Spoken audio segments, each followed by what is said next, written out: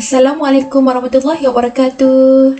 Hai murid-murid, bersua lagi kita bersama Cikgu Mas dalam Reka Bentuk dan Teknologi tahun 4. Tajuk kita Reka Bentuk Makanan bahagian kedua. Standard pembelajaran: menjana idea bagi menghasilkan lakaran bermaklumat reka bentuk makanan yang akan dihasilkan. Menghasilkan lakaran bermaklumat reka bentuk makanan yang akan dibuat. Menguraikan lakaran bermaklumat reka bentuk makanan yang akan dihasilkan. Menilai maklumat pada lakaran dan membuat penambahbaikan. Dan mengira kos bahan bagi reka bentuk makanan yang akan dihasilkan.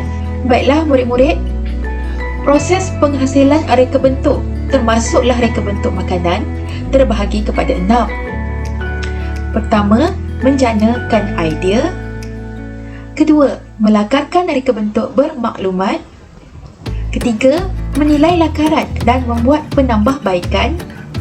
Keempat, mengira kos bahan. Kelima, menghasilkan reka bentuk produk.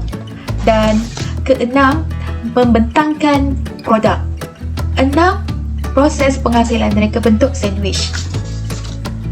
Jadi untuk bahagian yang kedua ini, cikgu akan buat proses yang pertama hingga yang keempat.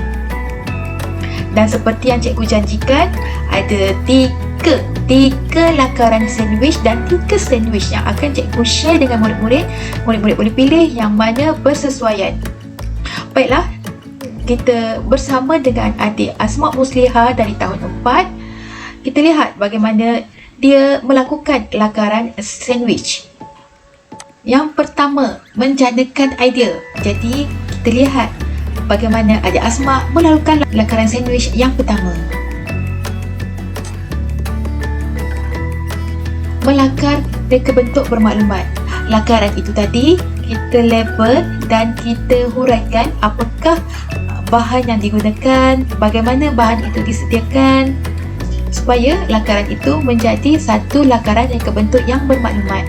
Seterusnya, langkah yang ketiga ialah menilai lakaran dan membuat penambahbaikan. Untuk lakaran yang pertama, rupa sandwich ringkas, bentuk tidak menarik, tekstur yang ringkas dan warna yang suram. Jadi apa yang perlu kita perbaiki ialah kita perbagaikan rupa, bentuk, tekstur dan perbagaikan bahan agar kelihatan berwarna-warni. Dan untuk kos bahan lakaran yang pertama, kita jumlahkan kos keseluruhannya adalah sebanyak RM1.20 sahaja. Okey, untuk lakaran sandwich yang kedua, kita nak menjanakan idea. Mari kita lihat bagaimana adik Asma melakukan lakaran sandwich yang kedua. Okey, lakaran yang telah siap tadi, kita label dan huraikan macam yang lakaran pertama juga ya, supaya bila kita dah label, kita huraikan menjadikan lakaran tersebut adalah lakaran reka bentuk yang bermaklumat. Menilai lakaran dan membuat penambahbaikan.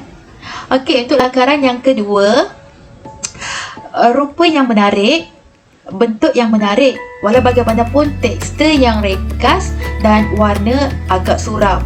Jadi apa yang perlu kita perbaiki ialah kita perlu pelbagaikan tekstur, pelbagaikan bahan agar kelihatan berwarna-warni. Dan yang keempat, kos. Berapakah kos keseluruhan untuk sandwich yang kedua? Jadi setelah dinilai, kos keseluruhan adalah bernilai RM2.20. Dan lakaran kita lakaran sandwich yang ketiga. Bagaimana adik Asma membuat lakaran untuk sandwich yang ketiga? Ya, cikgu mahu murid-murid lihat bagaimana lakaran ini dihasilkan supaya murid-murid mendapat gambaran untuk melakukan lakaran di sekolah nanti. Okey, sama juga bila lakaran dah siap, penting ya murid-murid, penting label, kemudian huraikan sedikit bahan yang digunakan supaya lakaran itu akan menjadi satu lakaran reka bentuk yang bermaklumat. Baiklah, menilai lakaran dan membuat penambahbaikan. Jadi sandwich kita yang ketiga ni rupanya menarik, bentuk miau, bentuk yang menarik, tekstur yang bagai, kita ada carrot, kita ada apple dan berwarna-warni. Walau bagaimanapun cikgu harap murid akan hasilkan yang lebih berwarna-warni ya. Okey, mengira kos bahan. Jadi jumlah kos keseluruhan bahan untuk lakaran yang ketiga ialah sebanyak RM2.50 sahaja. Jadi murid-murid, cikgu harap 3 lakaran tadi telah memberi contoh, membantu murid-murid mendapatkan ilham untuk penghasilan reka bentuk sandwich murid-murid. Jangan lupa masukkan elemen-elemen reka bentuk ke dalam reka bentuk makanan murid-murid seperti rupa, tekstur, warna dan bentuk. Cikgu harap murid-murid dapat membuat lakaran lebih baik daripada contoh tadi. Baiklah, sebelum itu pesanan daripada cikgu, amalkan makan secara sihat. Setiap makanan mempunyai nilai kalori yang berbeza. Pengambilan kalori yang lebih daripada keperluan boleh mengakibatkan masalah berat badan dan obesiti.